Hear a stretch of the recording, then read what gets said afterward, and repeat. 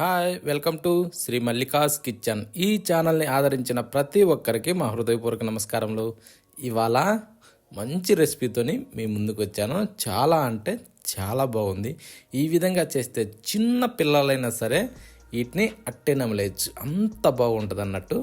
మన నెల్లూరు స్టైల్ చిట్టి చేపల పులుసు మన ఆంధ్ర భోజనంలోకి తెలుగు వాళ్ళు ప్రతి ఒక్కరికి చాలా ఇష్టమైన మంచి రెసిపీ ఇది. చిట్టి చేపలతోని ఈ విధంగా పులుసు పెడితే చిన్న పిల్లలైనా సరే ఆ చేపల్ని అట్టే నమిలేయచ్చు, ముళ్ళు అనేది తగలదు, అంత బాగుంటాయి. ఎలా చేశానో మన కిచెన్లోకి వెళ్దాం. ముందుగా ఒక బౌల్లోకి మనం రెడీ చేసి పెట్టుకున్న చిన్న చేపలని తీసుకుందాం. అవి ఎలా అంటే మంచి నీట్గా కడుక్కోవాలి, లోపల పొట్టలు అన్నీ బాగా క్లీన్ చేసుకోవాలి. ఓకేనా? అన్నీ క్లీన్ చేసుకునేసి ఈ విధంగా రెడీ చేసి ఒక బౌల్లో వేసుకుందాం. వేసాక ఒక స్పూను సాల్ట్ వేసి ఆ తర్వాత స్పైసీ తగ్గట్టుగా ఒక 3 స్పూన్లు కారం వేద్దాం. ఓకేనా? కారం వేసాక ఇప్పుడు మనం ఏం చేద్దామంటే ఒక్క అర స్పూను పసుపు వేసుకుందాం. పసుపు వేసాక ఈ అన్నింటినీ బాగా కలపాలి. ఓకేనా? ఇప్పుడు వేరే ఏది వేయకుండా బాగా మిక్స్ చేయాలి. పసుపు, ఉప్పు, కారం 3 ఈ చేపలకి బాగా పట్టాలి. ఓకేనా? ఈ టైప్ వచ్చిన తర్వాత నేనేం చేశానంటే ముందుగానే చింతపండు నానబెట్టి పెట్టిన దాన్ని బాగా పిసికి రసం తీసి ఆ రసాన్ని ఇప్పుడు దీంట్లో పోస్తున్నా. ఆ రసం మొత్తం దీంట్లో పోసాక అది ఎలా అంటే కొంచెం నిమ్మకాయ కంటే కొంచెం ఎక్కువ సైజులో చింతపండు తీసుకోవాలి. ఓకేనా? ఇప్పుడు దాన్ని కాస్త బాగా కలుపుకునేసి దీన్ని ఎట్లదన్నా అరగంట సేపు ఊరనివ్వాలి. పక్కన పెట్టేద్దామా? అది పక్కన పెట్టేసి స్టవ్ ఆన్ చేసి ఒక ప్యాన్ పెట్టుకుందాం చిన్నది. ఇప్పుడు దాన్ని కాస్త వేడెక్కని సగం స్పూను మెంతులు అందులో వేసి 1 స్పూను ధనియాలు వేద్దాం.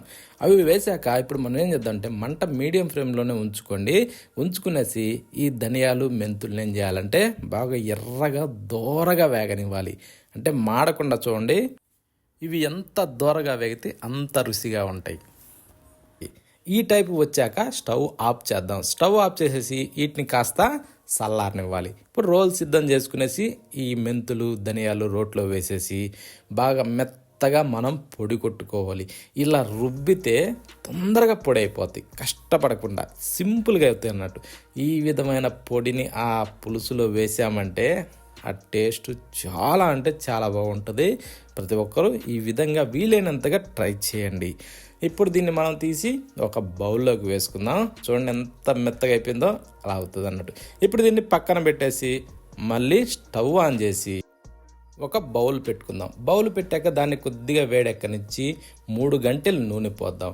ఆ నూనెను కూడా బాగా వేడెక్కనివ్వాలి.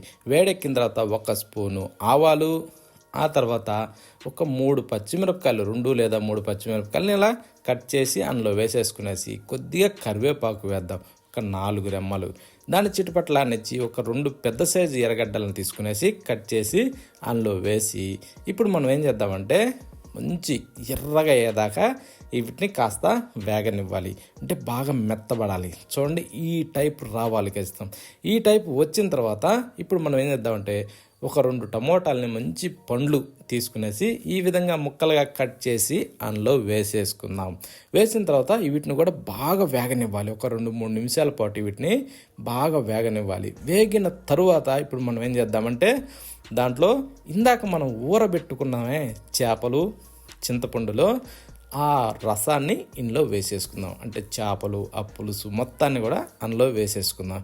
వేసిన తర్వాత కాస్త అలా కలబెట్టుకుందాం. పసపస కలబెట్టద్దు. ఈ మొదలే చిన్ని చేపలు అన్నట్టు చాలా చిన్నగా ఉంటాయి. ఇప్పుడు మూత పెట్టి ఒక 6 నుంచి 8 నిమిషాల సేపు బాగా ఉడకనివ్వాలి. ఇలా తుక అంటూ ఉడకాలి. అప్పుడప్పుడు మధ్యలో కూడా అలా కలబెట్టుకోవచ్చు, ఏం కాదు. ఇప్పుడు రుచికి సరిపడా సాల్ట్ అందులో వేసుకుందాం. కలబెట్టుకోవడం అంటే ఈ విధంగా తిప్పుకోవాలి అంతే తప్ప గంటి పెట్టి మాత్రం ఇక మీదట కలబెట్టకూడదు. ఎందుకంటే ఈ చిట్టి చేపలు కదా గుజ్జు అవుతాయి అన్నట్టు. ఇప్పుడు సాల్ట్ వేసి ఇలా తిప్పినాక కాస్త అలా ఉడకనివ్వాలి. ఆ తర్వాత రోట్లో దంచి పెట్టుకున్న ఇందాక మసాలా పొడి ఉంది కదా, దాన్ని మీదకించి అలా పలసగా సల్లేసుకునేసి ఇప్పుడు కాస్త ఇది మొత్తం మిక్స్ అయ్యే విధంగా ఇలా తిప్పుకోవాలి. ఇప్పుడేమవుద్దంటే ఈ మసాలా పొడి అన్నది ఈ ముక్కలకు బట్టి సూపర్ రుచి వస్తుంది పులుసు కూడా. ఇప్పుడు మూత పెట్టి ఇంకొక 2 నిమిషాల సేపు అలా డమ్ అని ఇవ్వాలి.